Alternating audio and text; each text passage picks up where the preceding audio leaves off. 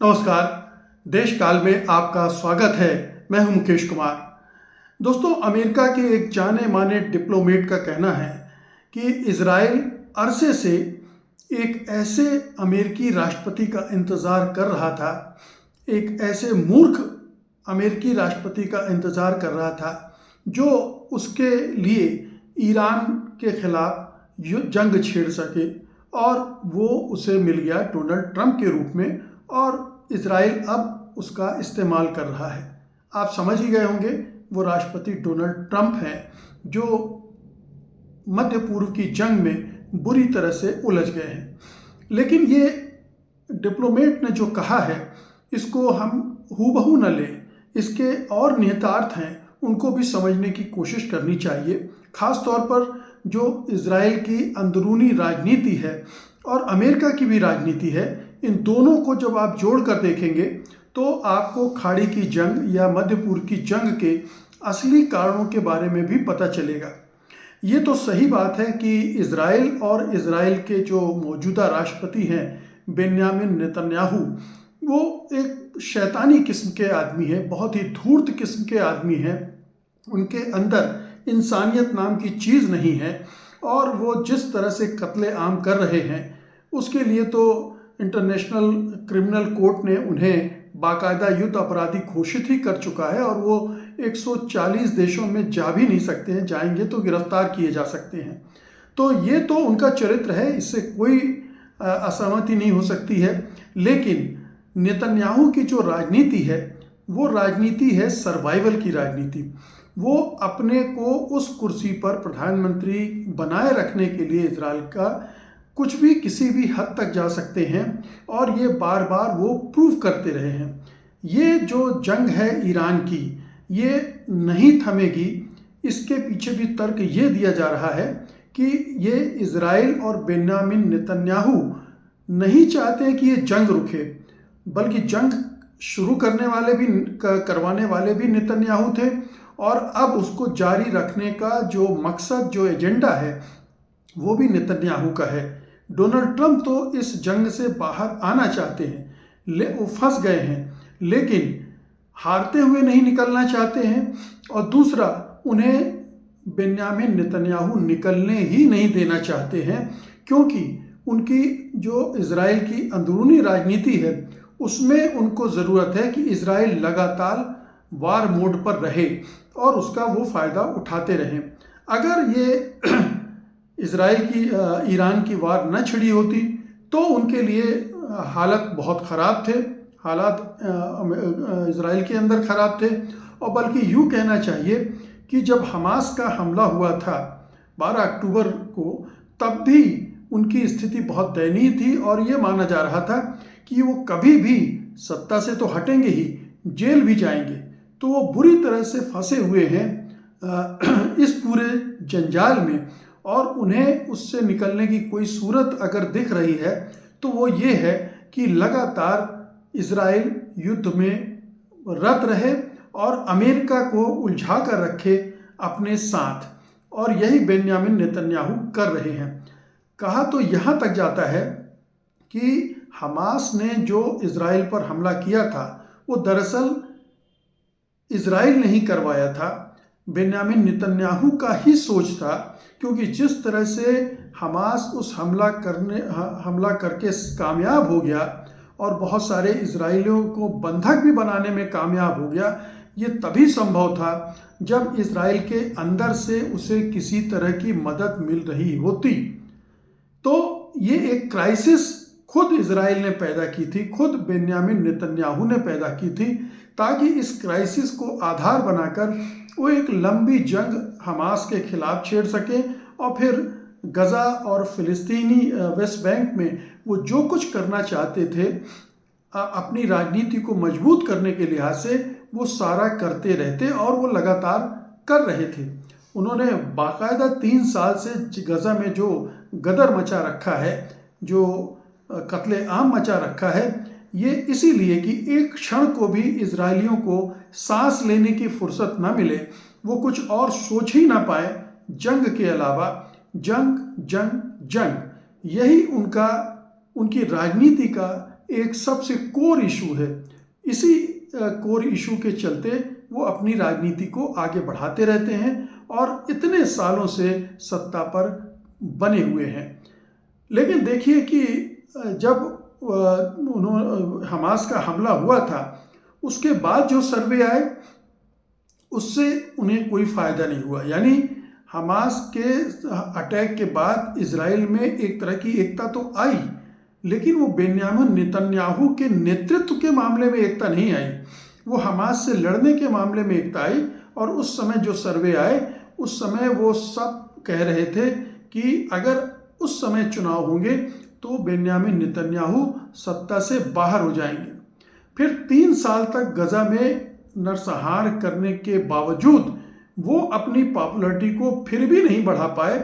और जो सर्वे हो रहे थे वो बता रहे थे कि जो उनका गठबंधन है उसको 49 से 52 सीटें ही मिल सकती हैं, जबकि विपक्ष को 57 से 58 सीटें, यानी लगभग 10 सीटों का अंतर था।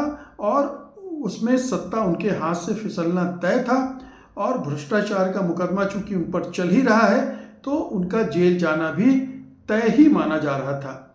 ऐसी सूरत में उन्हें लगा कि पूरा ध्यान अगर ईरान पर केंद्रित किया जाए, ईरान के खिलाफ वार छेड़ी जाए, तो इसका फ़ायदा हो सकता है।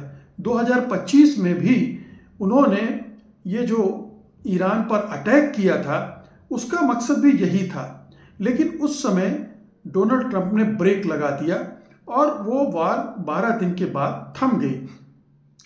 उस 12 दिन की बात के बाद इजराइल के अंदर कोई बहुमत में परिवर्तन नहीं आया, वो उनके खिलाफ बना रहा। इसको ध्यान रखते हुए ही वो अपने गोटियां चल रहे थे। और जब जिनेवा में ईरान के साथ बातचीत चल रही थी और लगभग तय हो गया था कि अब ये न्यूक्लियर मामले पर डील हो रही है, डिटेल्स फाइनल हो रहे थे, ओमान मध्यस्थता कर रहा था, ठीक उसी समय 23 फरवरी की बात है जब 23 फरवरी को उन्होंने फ़ोन किया ट्रंप को और कहा कि 28 तारीख को अली खamenei अपने विश्वस्त लोगों के साथ सार्वजनिक रूप से मौजूद होंगे और ये मौका है उनको एक झटके में समाप्त करके रिजीम चेंज करने का और हमेशा के लिए ईरान का टंटा ख़त्म करने का। ये बात उन्होंने इतनी बार दोहराई 23 फरवरी से 28 फरवरी के बीच में कि डोनाल्ड ट्रंप इसके लिए तैयार हो गए। डोनाल्ड ट्रंप के तैयार होने की वजह भी राजनीतिक ज़्यादा थी, क्योंकि वो बुरी तरह से एप्स्टीन फाइल्स में फंसे हुए थे। और दूसरा, जो टैरिफ को लेकर उन्होंने दुनिया भर में छेड़ रखी थी मुहिम, उसको ज़बरदस्त झटका सुप्रीम कोर्ट से मिल चुका था। और उनकी घरेलू मैदान में रेटिंग उनकी भी बिल्कुल नीचे चली गई थी, ज़मींदोज़ हो गई थी। और ये साफ था कि जो नवंबर में होने वाले मिड टर्म पोल हैं उसमें उनकी फजीहत हो जाएगी, उनके हाथ से बहुमत निकल जाएगा, कांग्रेस में भी, सीनेट में भी। और यही इजराइल में होने जा रहा है। 8 अक्टूबर में वहाँ भी चुनाव होने जा रहे हैं। तो अक्टूबर के चुनाव को ध्यान में रखते हुए नेतन्याहू ने ये गेम खेला। जो डील होने की बिल्कुल फाइनल थी उसको उन्होंने बिगाड़ दिया। अगर डील हो जाती तो फिर वो जंग नहीं कर सकते थे। तो उन्होंने लास्ट मोमेंट में 28 फरवरी को ट्रंप को विश्वास में ले लाकर, ध्यान रखिए कि नेतन्याहू पिछले साल जब सत्ता में आए थे ट्रंप, उसके बाद से 6 बार अमेरिका के दौरे कर चुके हैं, 6 बार वो राष्ट्रपति से मिल चुके हैं और लगातार उन्हें ईरान पर हमला करने के लिए तैयार करते रहे। और आखिरकार 28 फरवरी को वो अपनी इस कोशिश में कामयाब हो गए। एक मूर्ख राष्ट्रपति इस पूरे गेम को समझ नहीं पाया। उसके जो सलाहकार थे, जिनमें से कुछ यहूदी थे और यहूदी समर्थक थे, उन्होंने भी उन्हें उसी तरह की राय दी और डोनाल्ड ट्रंप इस जंग में कूद पड़े। उन्होंने आगा पीछा नहीं सोचा। उन्होंने नहीं सोचा कि ये जंग बढ़ेगी तो क्या होगा, होर्मुज में अगर ब्लॉकेट हो गया तो फिर क्या होगा। ये तमाम एस्पेक्ट्स जो थे ईरान से लड़ाई के, उन्होंने नहीं सोचा और वो जंग में कूद गए। अब ये देखिए, ये नेतन्याहू के लिए तो एक रास्ता मिल गया, क्योंकि वो वार हीरो बनना चाहते हैं। वो एक तरह का ऐतिहासिक काम कर रहे हैं। अगर इजरायलियों की नज़र से देखें, यहूदीवादियों की नज़र से देखें, तो उन्होंने ईरान को कमज़ोर करने का एक बहुत बड़ा अभियान छेड़ दिया, बहुत बड़ा हमला छेड़ दिया, और उसमें वो अमेरिका को साथ लेकर आ गए। अमेरिका और वो मिलकर ईरान में ज़बरदस्त तबाही मचा रहे हैं, ये हम सब जानते हैं। लेकिन इसका श्रेय नेतन्याहू भले ही ले ले, नेतन्याहू इसका लाभ घरेलू राजनीति में भले ही ले ले, मिलेगा नहीं ये अभी भी कहना मुश्किल है कि नेतन्याहू की छवि अपने ही देश में इतनी खराब हो चुकी है, अपने ही देश में उनका इतना विरोध हो रहा है, और इजराइल का एक बड़ा तबका भी इस तरह के युद्ध से आजिज आ चुका है। वो अपनी बदनामी जो दुनिया भर में हो रही है गजा में नरसंहार की वजह से, उससे भी चिंतित है। और दुनिया में दूसरे हिस्सों में रहने वाले यहूदी भी अब नफरत करने लगे हैं इजराइल के नेतृत्व से, बेन्यामिन नेतन्याहू से, और वो जो कुछ आसपास कर रहे हैं, चाहे वो लेबनान में तबाही कर रहे हों, चाहे गजा पट्टी में, और चाहे अब ईरान के साथ। तो ये इसकी संभावना बहुत कम है कि नेतन्याहू इसके ज़रिए अपनी पॉपुलरिटी गेन कर लेंगे। लेकिन वो बहुत धूर्त किस्म के पॉलिटिशियन हैं, और ये कोशिश वो इसी दिशा में कर रहे हैं। और क्या पता इस युद्ध का कुछ ऐसा अंजाम हो जाए जो सचमुच में उन्हें लाभ पहुंचाने वाला निकल आए। लेकिन ट्रंप का क्या होगा? ट्रंप की तो हर तरफ से फजीहत हो रही है। ना नाटो के मुल्क उनका साथ दे रहे हैं, ना उनके सहयोगी साथ दे रहे हैं। उनका जो काउंटर टेररिज्म ऑपरेशन का चीफ था, वो छोड़कर चला गया ये कहते हुए कि ये हमारी वॉर नहीं है। रिपब्लिकन पार्टी के बहुत सारे सांसद कह रहे हैं कि ये इजराइल की लड़ाई है जो अमेरिका लड़ रहा है, ट्रंप लड़ रहे हैं। तो अमेरिका में भी ये राय बन चुकी है ये कि इजराइल की लड़ाई ट्रंप लड़ रहे हैं, और इस वजह से उनकी जो रेटिंग है बहुत बहुत बहुत नीचे जा चुकी है, बहुत डिप कर चुकी है। मुश्किल से 25% लोग इस वार से सहमत हैं, और बाकी सब विरोध में हैं, चाहे वो रिपब्लिकन पार्टी के समर्थक हो, चाहे डेमोक्रेटिक पार्टी के समर्थक हों, यहाँ तक कि जो मागा अंध भक्तों का समूह है ट्रंप के, उनमें भी गिरावट आई है समर्थन में। तो ये ट्रंप के लिए बहुत ही एक तरह से बैकफायर कर रहा है, पैरों में कुल्हाड़ी मारने जैसा है। तो ट्रंप इस राजनीति से, जो इस युद्ध से जो राजनीतिक फ़ायदा उठाना चाहते थे, उन्होंने उम्मीद की थी कि तुरंत हमला करके, सफाया करके, नेतृत्व का रिजीम चेंज करके, और फिर एक जीत का जश्न मनाते हुए वो हीरो बनकर उभरेंगे। वो होता कतई दिख नहीं रहा है, बल्कि उनकी फजीहत हो रही है, छीछा लेदर हो रही है। तो उनकी राजनीति को और भी ज़बरदस्त धक्का लग रहा है। अब जो नवंबर में होने वाले मिड टर्म इलेक्शन हैं, उसके बीच में अभी तो 4-5 महीने का अंतर है, और इन 4-5 महीनों में क्या क्या होगा हम नहीं जानते। लेकिन अगर युद्ध और लंबे चलता है, अमेरिका को और उसकी छवि को नुकसान होता है, अर्थव्यवस्था का संकट बढ़ता है, अमेरिका में महंगाई पहले ही बढ़ रही है और बढ़ती है, तो जाहिर है कि ट्रंप को नुकसान ही नुकसान होने वाला है। और अगर वो कांग्रेस का और सीनेट में बहुमत खो देते हैं, तो फिर आप समझ सकते हैं कि उनकी स्थिति बहुत बहुत कमज़ोर हो जाएगी, और तब कांग्रेस उनकी गर्दन पकड़ के अपना काम करेगी। और उस सूरत में अगर ट्रंप उस स्थिति में पहुंच गए, तो वो इजराइल की भी मदद नहीं कर पाएंगे। बेशक अगर बेन्यामिन नेतन्याहू जीत भी गए, किसी तरह से प्रधानमंत्री बन गए, तब भी उन्हें अमेरिका का उस तरह से सहयोग मिलना मुश्किल हो जाएगा। और अगर वो नहीं बन पाते हैं, तो जो ट्रंप उन्हें बचाने की चालें चल रहे हैं, उन्होंने खुलकर कहा कि इजराइल को उन्हें माफ़ कर देना चाहिए। इजरायली कोर्ट से उन्होंने अपील की कि उन्हें सज़ा नहीं होनी चाहिए।